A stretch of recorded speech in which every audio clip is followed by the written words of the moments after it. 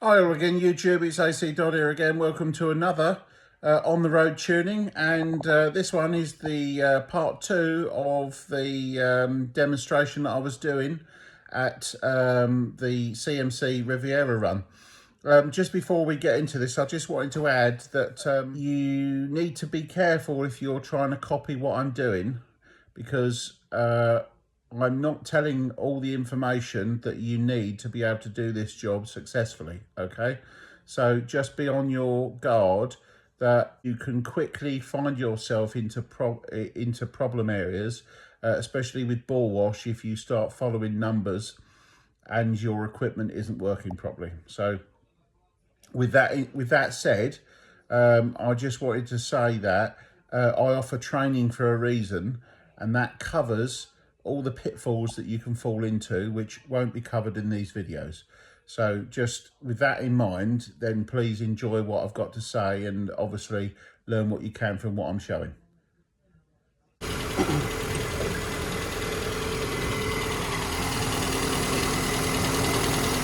Again, a lot of people will look at these. The other thing you notice there, see, I'll turn the idle down. What's happened to the mixture? Right, it's gone richer. And what that should tell you is that you need to, if you change the idle speed, you need to reset the mixture. So the mixture is only right at the point an RPM it's set right. So one of the things that people make the mistake of is, we all said at the beginning it sounded all right, yeah? But it's killing itself, right? Sounds all right, maybe a bit rattly, a bit slow running, but it's lean.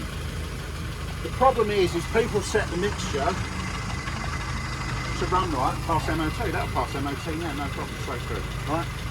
And then they go out and drive shit. Okay? So what they do, one mixture up, right? All that does is just you sitting there with £50 notes going down the drain, right? That's a sign. If you have to go through the MOT, this is for people in the UK, go to the MOT and you turn it down to go through the emissions and then turn it back up. Carburetor's out of tune, right? It's the wrong needle in the carb. That's basically what that's telling you. So if you have to do that, it needs a tune-up, all right? And the way we do that is we look at the fueling at idle, obviously, but we also look at it across the rev range. So what I'm going to do now,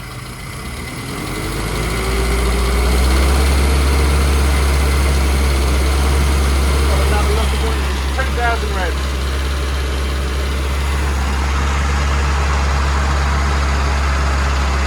Just remember those numbers.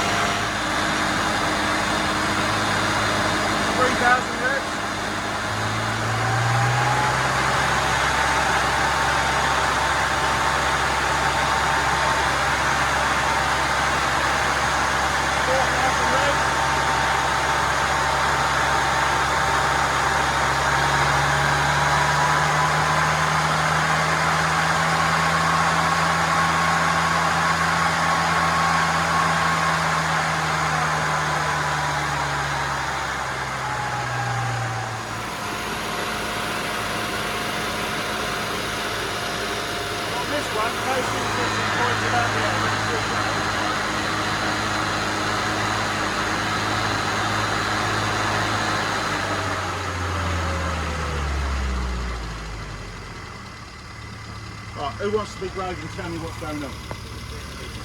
What? It's not dead lean, it's getting lean, yeah. So it's actually quite close, right? So this one's pretty good. But what we've actually got is a lean spot, a little bit of misfiring happening at about 3,000 RPM. So what we're going to do is we're going to take the needle out and we're going to modify it, put it back in and get rid of that, so that the air-fuel ratio is absolutely spot on right the way across the range, so that when you throttle it and when you drive it at part throttle, it will drive nicely. We're also going to look at the transition to full power, and I'll have a look at the full power fueling when it's out. What I can't do today, because I haven't got a load, I haven't got a dyno, so I can't do the full power fueling, alright?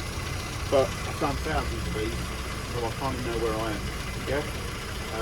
So, I think some people say my guess is better than their guess, because I've done a lot of it, alright?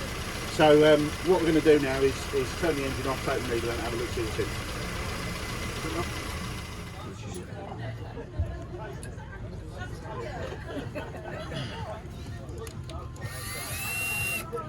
So what we're going to do is take this dashpot off.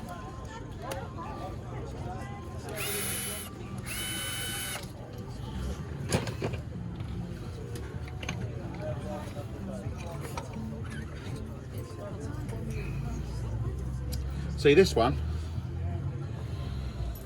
is a brand new carb. So what we need to do now is to make this carb work properly. So there's a couple of things we first notice. This is a brand new carburetor. Yeah. Just because it's new doesn't mean to say it's any good. Right. Welcome to the 26th So Riviera Run. that's got oil in it. There's currently an ACDodd mini tuning demonstration going on at the end of But it's not working properly. Right, so that piston is rising way too fast. Right? So that's not providing any accelerator pump effect. So one of the things that we will need to do to get this to run nicely is once we sort this needle out, we'll need to change the accelerator pump effect, because that will cause it to lean out when you snap it. If you're interested, you want to start wandering down that way about 22, quarter to 11, and then the demonstration will happen. Thank you. Hold that question. Right, so we've got a BDL needle. All right, and that's not actually too bad, the fueling that's coming out of that, and it's not normally too bad a needle to start with.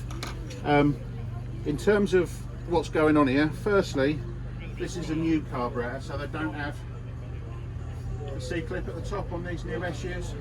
I think they did because it's cheap machine. Have a look, it's a red spring. So if you want to know what springs in your carburetor, it's quite simple. You don't even need to measure it. With a red spring, when you get your carburetor, just drop the dashpot and it'll hit the bottom. That's a red spring. Okay, if it's a yellow spring, sit about halfway. If it's a green spring, you're sitting near the top. All right, that's the way in the trade you determine what's in there. By, you know, take it out, put it on the side, you know it straight away. How do we know what spring we need for our engine? Good question. Standard engine, red spring. Yeah. If it was modified with a big head on it, maybe cams and rockers, then probably a yellow spring. Okay.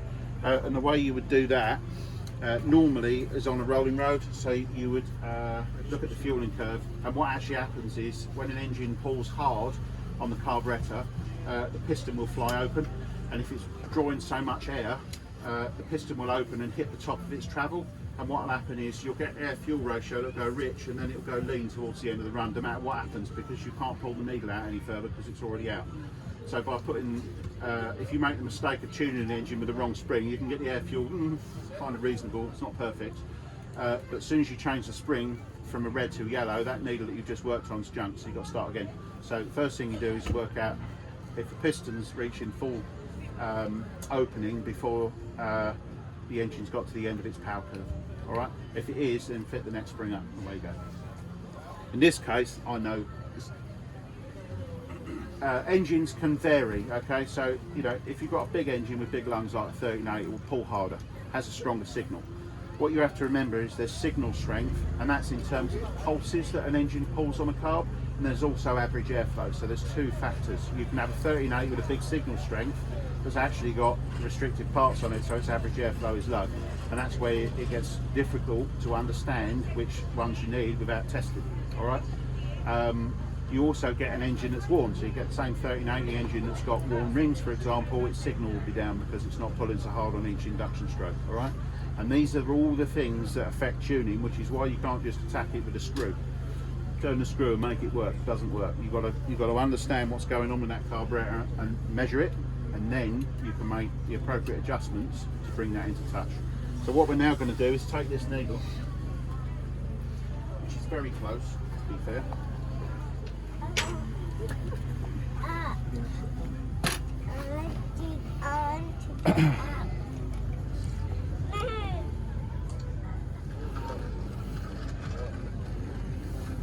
So one of the things we need to do is obviously we need to spin the needle and polish it. Now you hear a lot of people in the old days filing needles, yeah? Filing needles was okay when you had a fixed needle, You all know what a fixed needle is? Some carbs, some of the old carbs have a needle that you screw in and it has a screw against it and it's a solid needle. It doesn't move. If you file a flat on one of those, that's fine because it doesn't touch the jet. Unfortunately, if you file a flat on one of these, it turns it into a saw and it cuts its way through the jet and then affects the tune. So the more you use it, the more it cuts a hole in the jet and the worse out of tune it becomes. But the other thing people don't realise with needles and SUs is how precise they are. Okay, so if you take one of the hairs off your head, they're about 2.5 to 3 thousandths of an inch thick. Okay. Where I'm going to modify this needle, I might be only needed to take 2 or 3 tenths of a thou off. Okay, so if you think the difference, that's 10 times less than the thickness of the hair on your head. That's how far that's out. Okay, and that's the bit that people don't get with minis, right, on SU carburetors, is you also just turn the screw. This is just like using a sledgehammer on like the finest precision adjustment that you can, right? You need to take very small changes to make a huge difference on the fueling, all right? So one of the things I stress to you, if you're interested in this is not something that you go attacking with some heavy grit paper or a file, because you can ball wash the engine just as quick as the person turning the screw, okay? So what I'm going to do, there's only a few places I need to adjust this, one of which is the full power point, which on here is about there. It's not at the end as everybody thinks. That needle gets lifted out of the carburetor, yeah, only by the distance of the piston rising. So that's the bit that affects the full power fueling. And then what I'm going to be interested in is the part throttle fueling. I'm also going to be interested in the progression.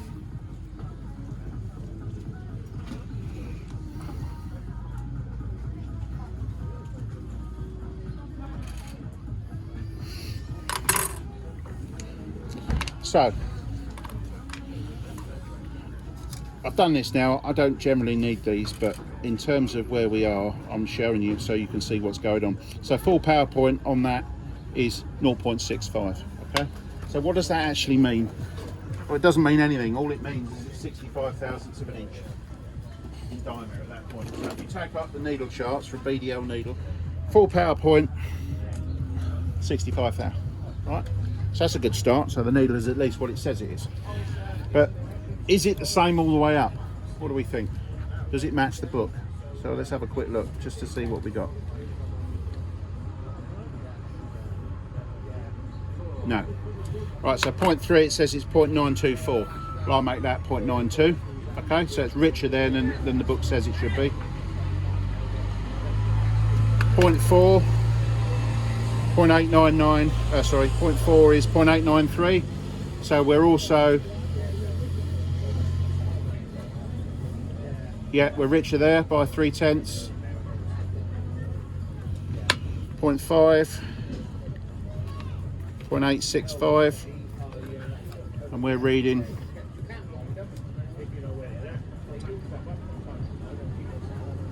we're half a thou richer there. So this needle is already richer than what the book says, and this is the point, right? If you get 10 needles, they're all the same needle. They're not all the same needle, right? The tolerance on them can be plus or minus 3 tenths. Okay, so that's actually a 6 tenths band. That's enough to go from misfire lean to ball wash rich if it's in the wrong place on the needle. And that's exactly why you can't just take a needle off the shelf and fit it and it's perfect, right? It might be perfect, just so happens that the one that you pick up happens to match what your engine, and it happens, yeah? Happens here, probably 1 in 10 cars. Generally speaking, like I just did the previous one to this car, I changed the needle and I got one that was pretty close. It was just a little bit rich at 5,000 revs, but the engine was old, so I wasn't worried about that. In terms of what we've got here, what I'm trying to say to you is, people say to me, well, you just choose the right needle. It doesn't work, because there's only 80 needles for these to fuel every single car that ever existed, right? Unfortunately, there isn't the right shape needles for every application of a Mini, and that's why you need to modify them. And the other thing is, when you modify them, you can actually tailor it to suit your engine and not a generic engine. All right. So the precision you get by doing this means that you can fuel the engine properly and actually have the fueling curve that you need for your engine. So what we're going to do now is I'm going to modify this one, and we can have the fun of seeing how quickly the modification is done on this engine to make a difference.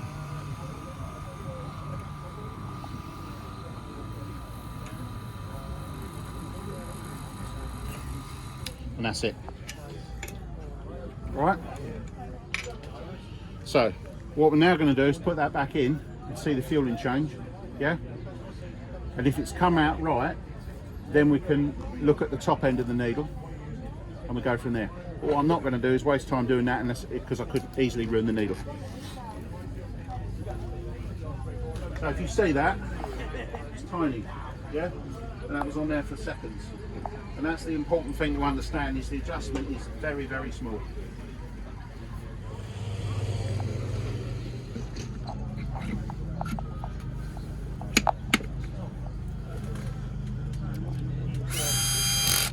Right, we'll start it up.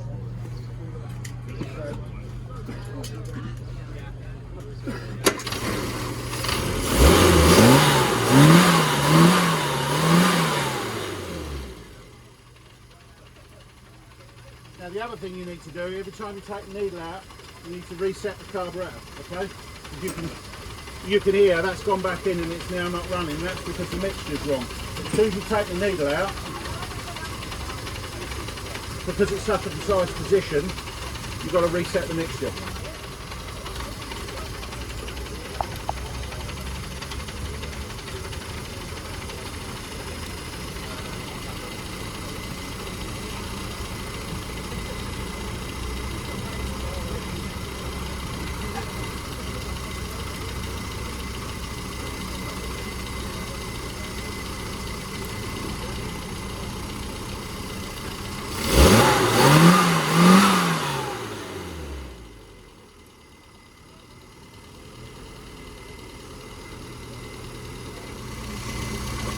So now what we do is do the same thing we did before. See what the difference is. And this time I want you to listen, yeah? See if you can hear a difference.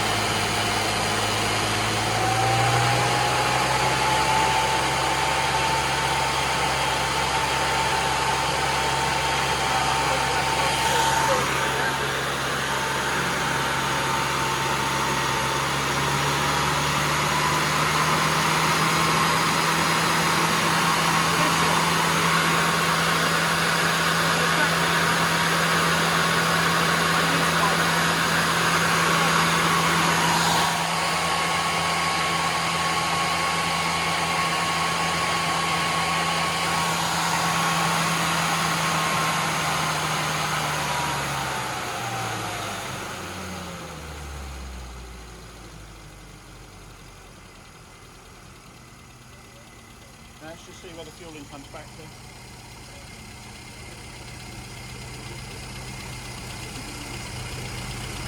Now we check that out. What's happened here? Right, good, right? And this is because it's a mechanical system. Now if that stays there, it just means there's a bit of wear, or maybe Carb is struggling to hold the float level. Yeah? So if the fuel, I've now run it at light load, high rev, so the pump's been pushing in a lot of fuel. That's not holding it back, it'll run rich, okay? And that's what we're doing. So what I'm now going to do is compensate for that.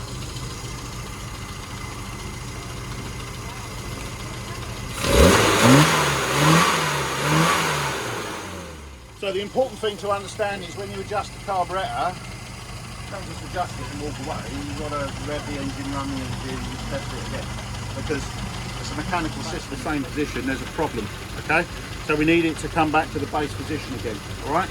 So now what we can do again is we'll just quickly go up and test it, just to make sure we are where we need to be.